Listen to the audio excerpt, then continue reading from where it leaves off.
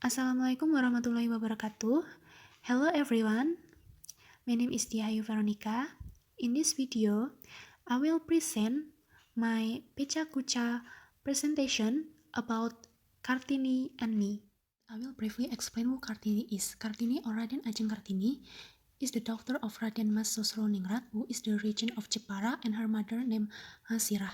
Kartini was a Javanese nobleman who was born in Jepara on April 21, 1879. Kartini is one of the national heroes of Indonesia. Women emancipation began to echo in Indonesia for Kartini's service. Kartini Day began to be commemorated on April 21, 1964, set by President Sukarno as stated in the Decree of the President of the Republic Indonesia number 108 of 1964 on May 2, 1964. In the President Decree, Kartini was declared a national independence hero. In addition, April 21 is designated as Kartini Day. When I was in high school, I celebrate Kartini Day by wearing kebaya to school. All students at my school on April 21 must wear a kebaya for women and batik or Javanese traditional clothes for men. Not only students who have to wear kebaya and traditional Javanese clothes, teachers too. It aims to deepen student understanding of Kartini's struggle and remember her service.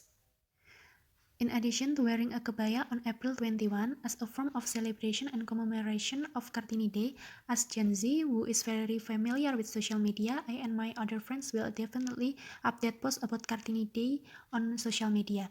This is done to enliven the Kartini Day celebration on social media. Before reading the letters written by R.A. Kartini, I knew the figure of Kartini from history book and from a song composed by W.R. Supratman entitled Ibu Kita Kartini. From there, I had a perception of Kartini, who was a heroine who fought for Indonesian women to get the same right and opportunity as men, especially in field of education. Second, before reading Kartini's letter, my perception of Kartini was a pioneer for the emancipation of Indonesian women. R.A. Kartini fought for women's equality because at that time the existence of women was often not appreciated. Women can only do domestic work. Women are even restricted from going out of the house. After reading several Kartini's letters, I still have the same perception towards Kartini as a hero who fights for education for Indonesian women and a pioneer of Indonesian women's emancipation. In her letters, Kartini complained a lot about the limitation of women in realizing the life they want. Women don't seem to have many choice for their own lives. In her letters, Kartini fought for Indonesian women to get gender equality in education and others fields. In her letter, Kartini not only wrote about the misery of women in her era, Kartini also very sensitive to social problems around her. In her letters, Kartini also wrote down her ideas about the constraint of the feudal and colonial system that hindered the progress of indigenous Indonesian nation. This gave me the perception that apart from being a feminist, Kartini was also nationalist.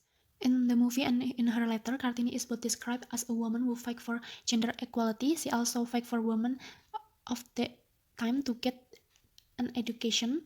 She is also described as a brave woman because she dares to fight against customs that are still very strict, and she is also described as an intelligent woman.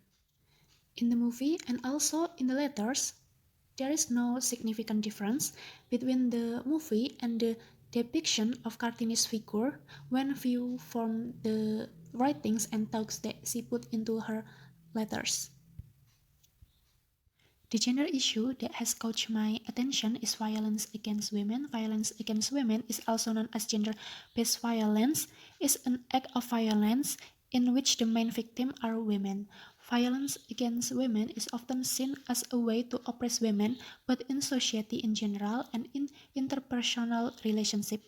There are three forms of violence against women, namely physical violence. Physical violence is an act that results in pain, illness, or serious injury. The second is emotional violence, violence that causes psychological suffering.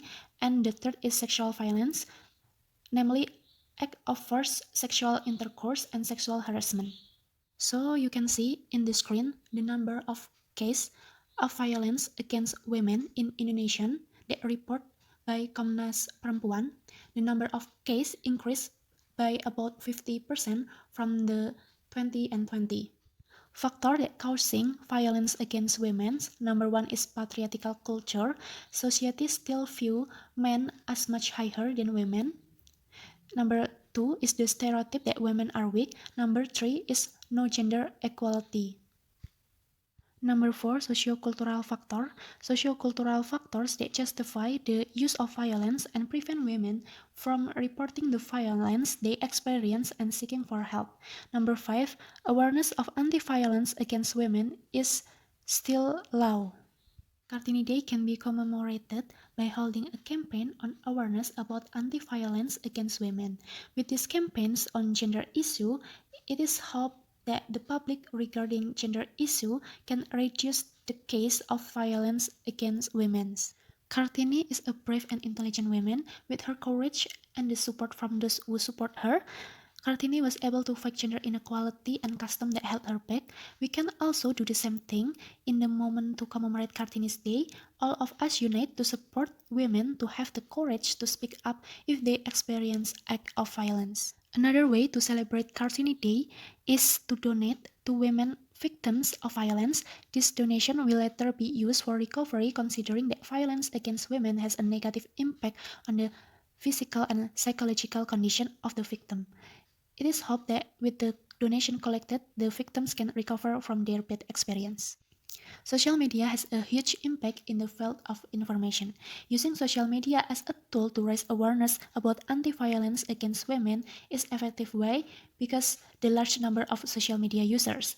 We can also help victims of violence to speak up through social media and get the justice they deserve.